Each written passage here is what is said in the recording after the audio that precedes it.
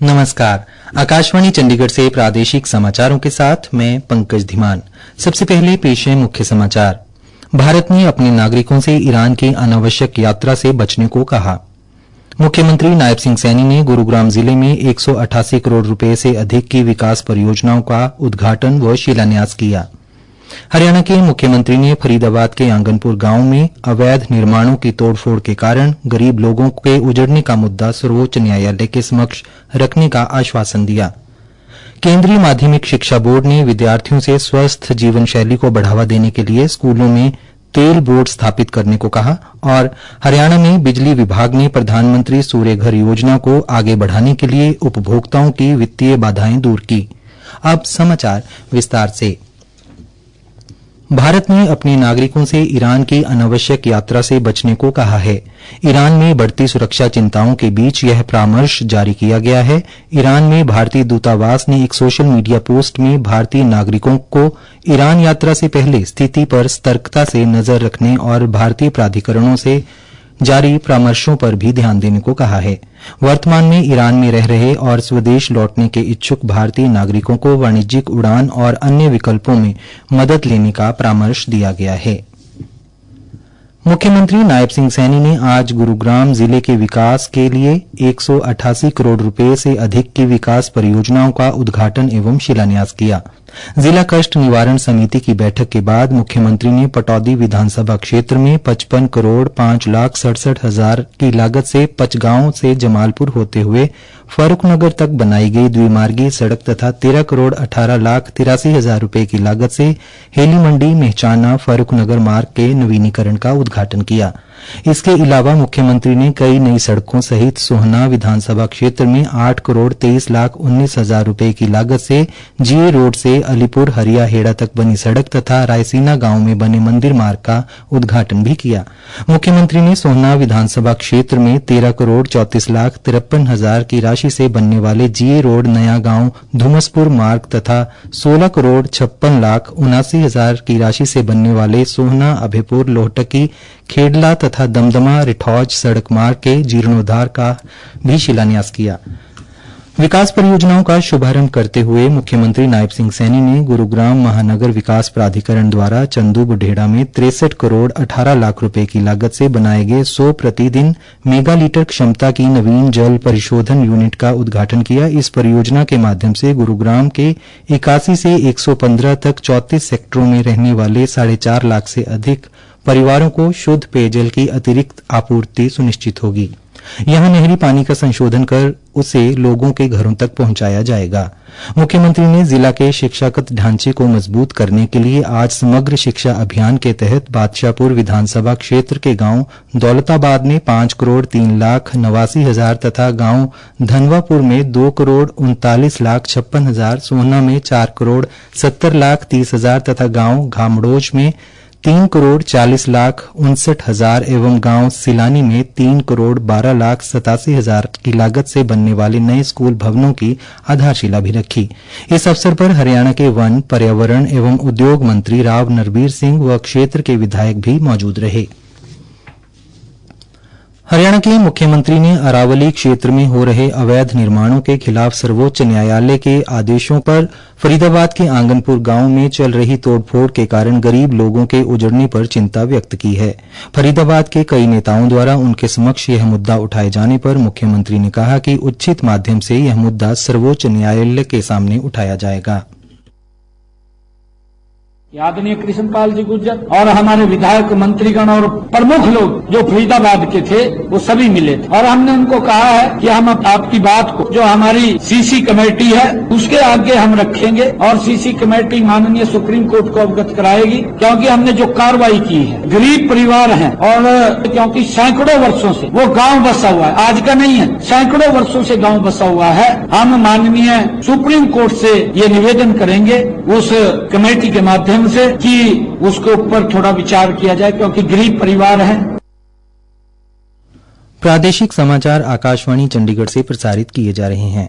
हमारे बुलेटिनों और ताजा समाचारों के लिए आप हमारी वेबसाइट newsonair.gov.in पर लॉगिन कर सकते हैं। यह समाचार हमारे यूट्यूब चैनल और x handle Akashvani news Chandigarh पर भी उपलब्ध हैं। केंद्रीय माध्यमिक शिक्षा बोर्ड सीबीएसई ने विद्यार्थियों में स्वस्थ जीवन शैली को बढ़ावा देने के लिए स्कूलों में तेल बोर्ड स्थापित करने को कहा है। सीबीएसई ने इस संबंध में सभी स्कूल प्रमुखों को पत्र लिखा है।